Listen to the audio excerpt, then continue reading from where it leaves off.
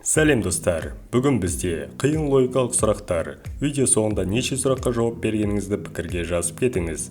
Сіздермен бірге біз бәрі бар арнасы. Номер 1 сұрақ. Оңай жұмбақтан бастайық. Ешкі күн сайын бірдей қашықтықта жүріп өтті. Арнайы қадам өлшегіш нәтижесінде екі аяғы 30 шақырым, ал қалған екеуі 31 шақырым жүріп өтті деп есептеді. Назар аударыңыз. Бұл қалай болуы мүмкін?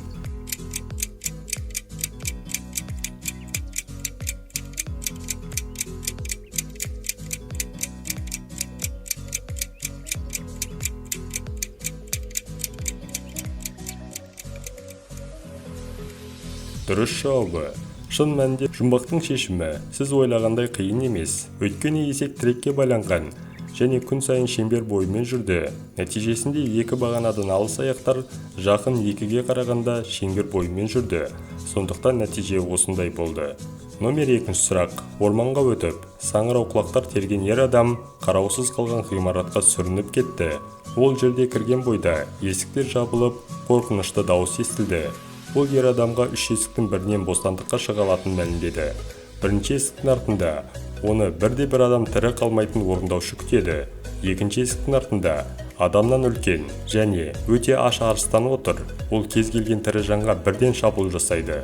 Үшінші есіктің артында бүкіл еден суға толы және барлық жерде шашыранға электр сымдары. Әрине, су электр қуатын өткізеді, оған кез келген адам тигенде өледі.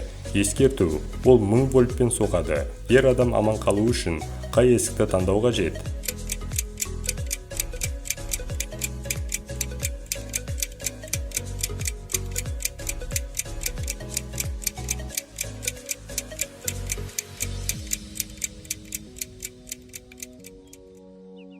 Дұрыс жауабы. Сонымен, егер сіз мұқият және ақылды болсаңыз, онда сіз ер адамның аяқтарында резеңке етіктерді көрдіңіз. Бұл аяқ киімді олар әдетте саңырау құлақты жинағанда киеді. Етік ер адамның өмірін сақтап қалуы мүмкін. Егер ол үшінші есікті таңдаса, резеңке электр тоғын өткізбейді. Сондықтан еденге төгілген су мен шашыраңқы сымдар қорқынышты емес. Номер 3 сұрақ. Саяхатшы тауларға жорыққа аттанды. Онда жер сілкінісі кенеттен басталды. Нәтижесінде ол жер астына түсіп кетті. Саяхатшы мыңдаған жылдар бойы қорқынышты құбыжықтар өмір сүріп келе жатқан қараңғы үңгірге тап болды. Саяхатшыда 3 эликсир бар еді. Ол оған супер күш береді. Бірінші эликсирді ішу арқылы саяхатшы үлкен мөлшерге дейін өседі. Екінші эликсир оған ұшуға мүмкіндік береді. Үшінші эликсир оны көрінбейтін етеді. Ескерту, тек бір эликсирді ішуге болады. Саяхатшыны құбыжықтар қоршап алды. Сондықтан ол аман қалу үшін қай эликсирді ішуі керек?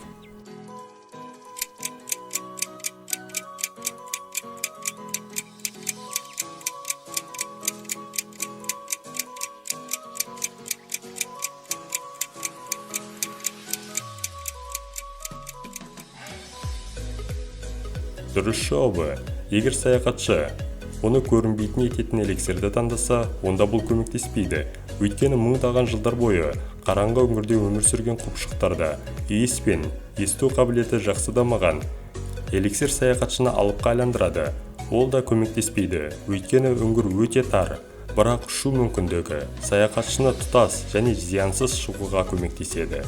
Номер 4 сұрақ. Зейінге арналған сұрақ. Не дұрыс емес?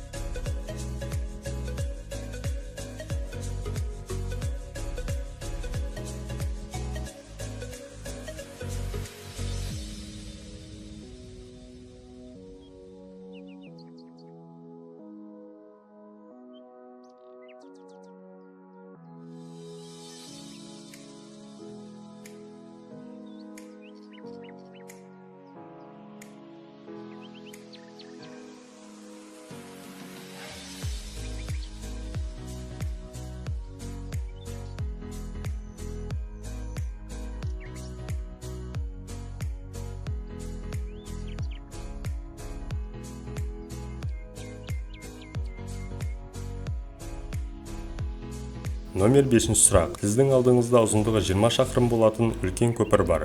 Бірақ ол қазірдің өзінде өте ескі. Сондықтан ол тек 2000 килограммға төтеп бере алады. Сіздің көлігіңіз барлық мазмұнмен бірге салмағы 2000 килограммды құрайды. Сіз көпірдің жартысын кесіп өттіңіз. Ал ортасына келгенде 200 граммдық құс машинаның үстіне отырды. Көпір құлайды ма?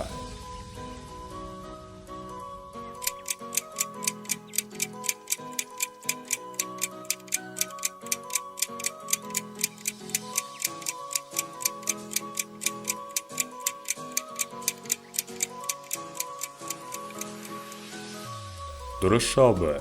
Сіз көпірдің жартысын жүріп өткенде бензин мөлшері 200 граммын құртып үлгерді. Сондықтан құс сізге зиян тигізбейді. Номер 6 сұрақ.